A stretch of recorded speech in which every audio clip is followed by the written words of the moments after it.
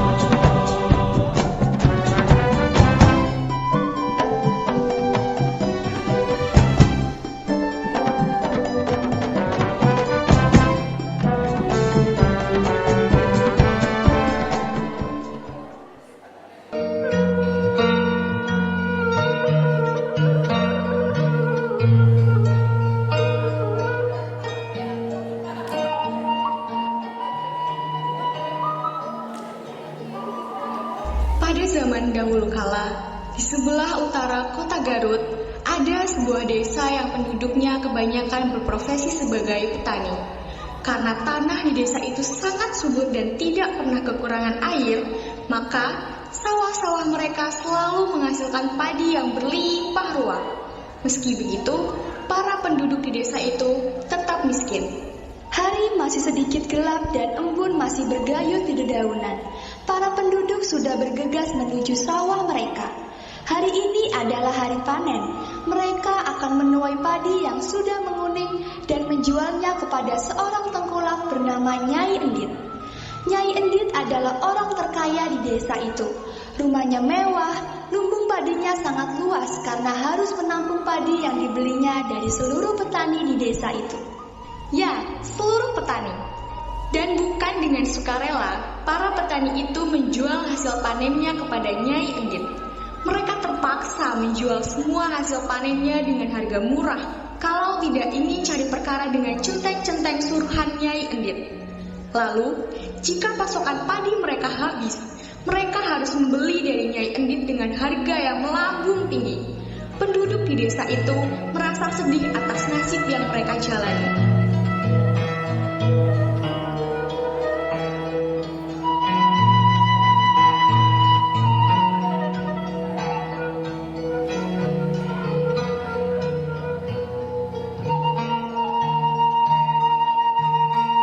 Nyinani, Nyinani, kalau dipanggil itu noleh dong, bukan cuma ham doang. Iya, maaf ya Nyi, memangnya ada apa sih? Itu loh, hari ini kan kita panen, tapi masa iya laki-laki kita harus menjualnya ke tengkulak pelit bin kikir itu? Ya mau gimana lagi? Orang miskin kayak kita bisa apa? Kita? Mulai deh. Tapi benar juga sih apa kata kamu, lama-lama hidup kita bukannya tambah makmur malah makin ajur. Waduh, ibu-ibu ini pagi-pagi kok sudah ngerumpi? Sadar bu, ngerumpi itu dilarang. Kalau nggak ada saya. Nyi Lilis ini bisa aja. Ngomongin apa sih Nyi? Itu loh Nyi, masalah orang yang pelit dan kikir itu. Ngomongin Nyi Endit toh. Memangnya ada apa sih? Ya gitu Nyi, harga padi yang kita jual gak ada pertanda bakal naik. Harganya tetap 3.000 terus setiap tahun. Dia gak tahu apa kalau harga sembako dan bedak pada naik. Selain itu, kita gak bakalan hidup makmur kalau begini. Loh. Ibu-ibu kok malah pada ngerumpi di sini sih? Daripada ngerumpi, ayo bawa hasil panen kita ke rumah Nyai Endit. Emang Kang Udin masih mau jual hasil panen ke Nyai Endit? Iya nih, lebih baik kita jual hasil panen kita ke pasar Pak. Harganya jauh di atas harga yang diberikan Nyai Endit. Sudahlah Nyi, biarlah. Ketimbang badan jadi korban centeng-centengnya Nyai Endit itu, bisa masuk rumah sakit. Saya sudah berulang kali membujuk suami saya, tapi tetap tidak mau peduli. Ya bukan begitu Bu. Ini kan demi ibu dan anak-anak kita. Kalau bapak masuk rumah sakit, yang jaga ibu dan anak-anak siapa? Cie.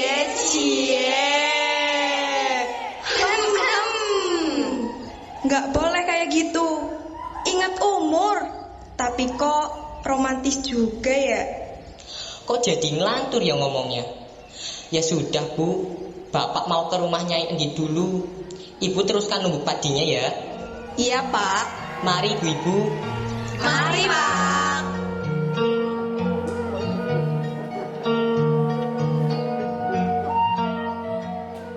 Kang Udin pun segera pergi ke rumah Nyai Endit.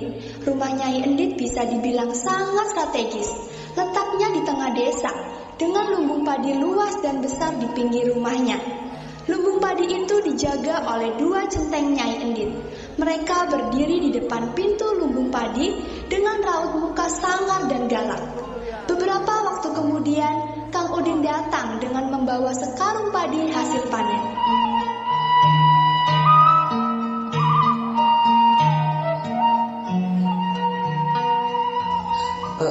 Permisi, berapa harga padi sekarang Pak? Masih sama seperti dulu. Berapa? 3.000 per kilo. Kenapa tidak naik?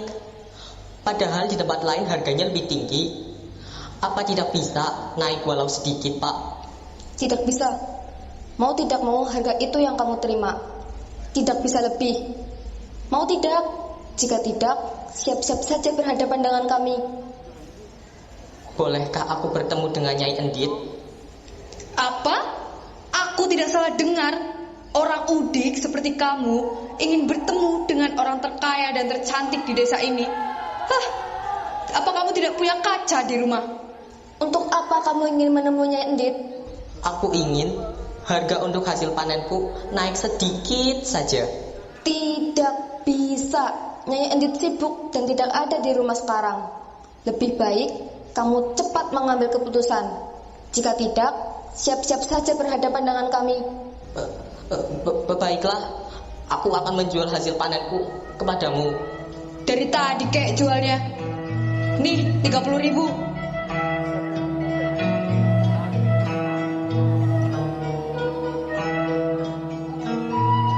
Dengan berat hati, Kang Udin menjual hasil panennya kepada centeng-centeng Nyai Endit, walaupun dengan harga yang sangat murah. Ia pulang dengan wajah lesu. Namun, apa mau dikata, hukum rimba masih sangat kental di desa itu. Siapa yang kuat akan bertahan, siapa yang lemah akan hancur.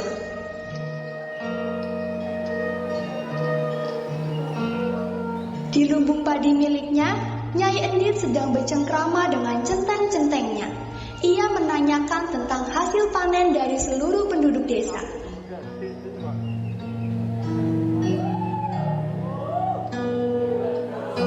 Hei, kalian, sini. Iya, ada apa Nyai? Ambilkan kotak perhiasanku. Siap, Nyai.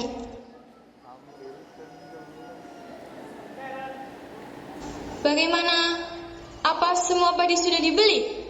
Sudah, Nyai. Boleh diperiksa lumbung padinya. Lumbungnya sudah penuh diisi padi, bahkan sampai diletakkan di luar karena tidak muat. Kalian sudah memastikan semua warga menjual beras mereka kepadaku? Sudah, Nyai. Saya sudah memastikan semua warga menjual beras kepada Nyai. Nyai tidak perlu khawatir. Bagus. Sebentar lagi mereka akan kehabisan beras dan akan membeli dariku. Dengan begitu, Nyai akan semakin kaya dan tidak ada seorang pun yang bisa menandingi kekayaan Nyai.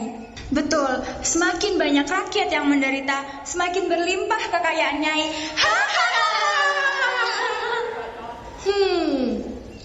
Awasi terus para petani itu. Jangan sampai mereka menjual padi ke tempat lain.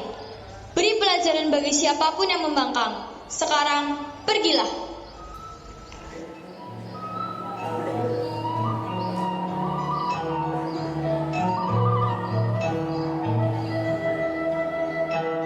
Beberapa minggu setelah masa panen berakhir, para petani mulai kehabisan beras. Mereka kebingungan mencari tempat penjualan beras selain milik Nyai Endit. Karena harga beras di tempat Nyai Endit bisa beberapa kali lipat lebih mahal dari harga beras pada umumnya.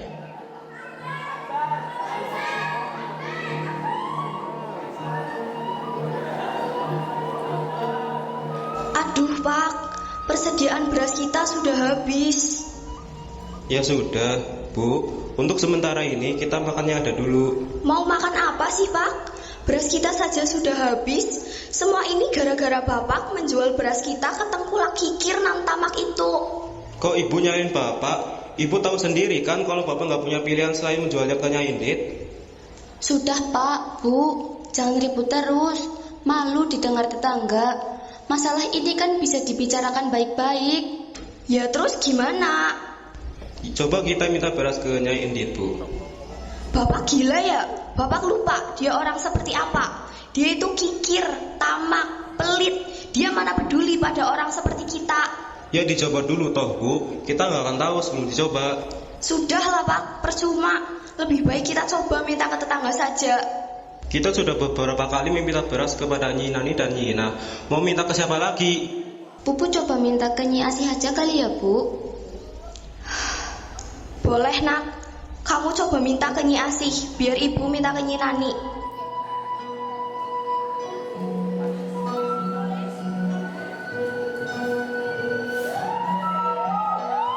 Assalamualaikum, Nyi Asih. Waalaikumsalam.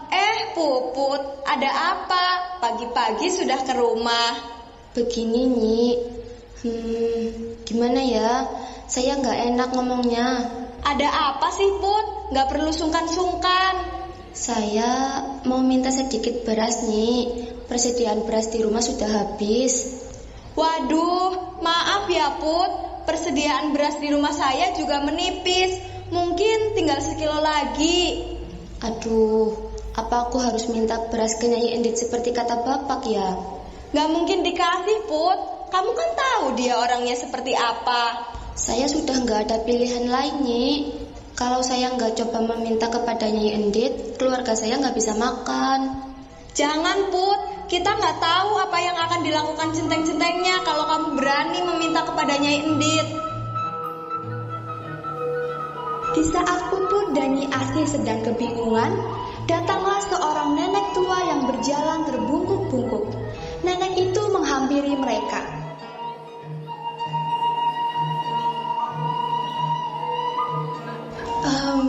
Permisi.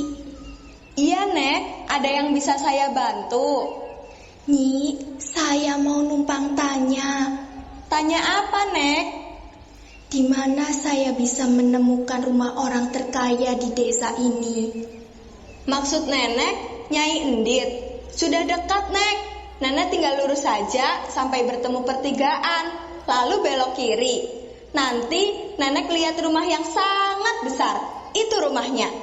Memangnya Nenek ada perlu apa dengan Nyai Endit? Saya mau minta sedekah. Percuma saja, Nek. minta sama dia gak bakal diberi. Kalau nenek lapar, nenek bisa makan di rumah saya, tapi seadanya ya. Tidak perlu, saya hanya ingin tahu reaksinya kalau ada pengemis yang minta sedekah. Oh ya, tolong kamu beritahu penduduk yang lain untuk siap-siap mengungsi, karena sebentar lagi akan ada banjir besar. Ah, nenek bercanda ya? Saya tidak bercanda, karena saya adalah orang yang akan memberikan pelajaran pada Nyai Endit. Maka dari itu, mengungsilah, bawalah barang-barang berharga milik kalian. Tapi Nek, pergi.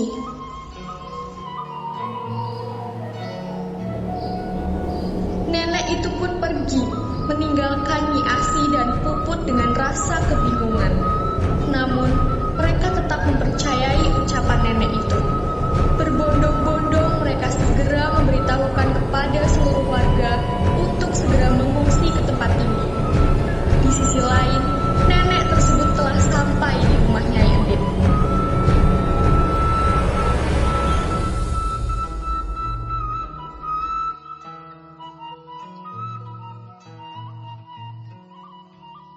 Permisi, nenek ingin minta sedekah. Hei, nenek tua, cepat pergi dari sini. Jangan sampai teracun ini kotor terinjak oleh kakimu.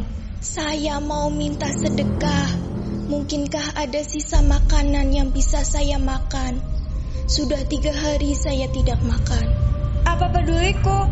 Memangnya aku anakmu? Kalau mau makan, ya beli. Jangan minta. Sana cepat pergi sebelum saya usir secara paksa. Nyai Endit, keluarlah. Saya mau minta sedekah. Nyai Endit. Siapa sih yang teriak-teriak di luar? Ganggu orang makan saja. Hei, siapa kamu nenek tua? Kenapa kamu teriak-teriak di depan rumah orang? Saya cuma mau minta sedikit makanan, karena saya sudah 3 hari tidak makan. Lah, gak makan kok minta sama aku? Gak ada. Cepat pergi dari sini. Nanti banyak lalat yang mencium baumu dan mengotori rumahku. Cepat pergi. Hai Endit, Tuhan memberikan rezeki yang berlimpah, tapi kau tidak bersyukur.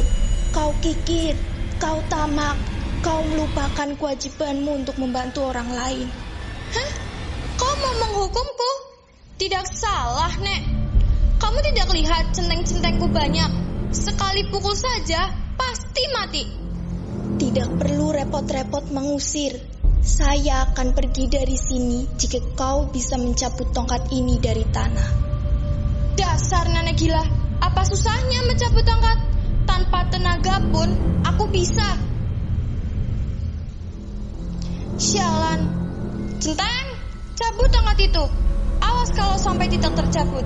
Gaji kalian akan kupotong.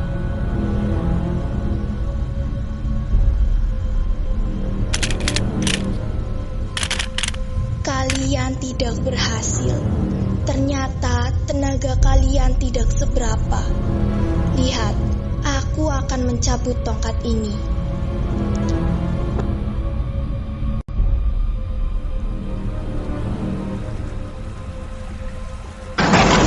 Inilah buatmu. Air ini adalah air mata para penduduk yang sempurna. Kamu akan tenggelam oleh air ini.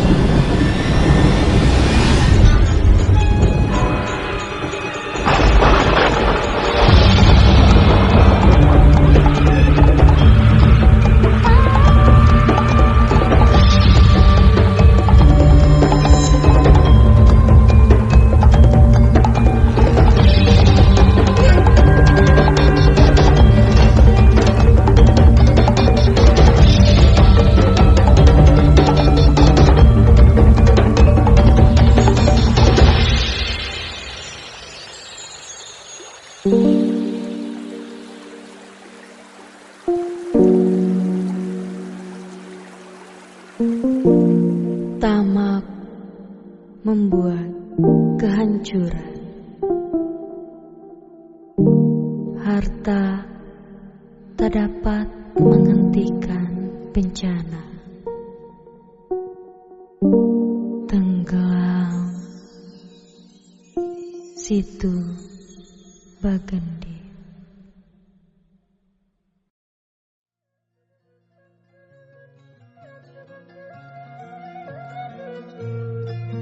Di desa itu, kini terbentuk sebuah danau kecil yang indah. Orang-orang menamainya Situ Bagendit. Situ berarti danau, dan Bagendit berasal dari kata endit. Beberapa orang percaya bahwa kadang-kadang kita bisa melihat lintah sebesar kasur di dasar danau. Konon katanya, itu adalah jelmaan Nyai Endit yang tidak berhasil kabur dari jebakan air bah.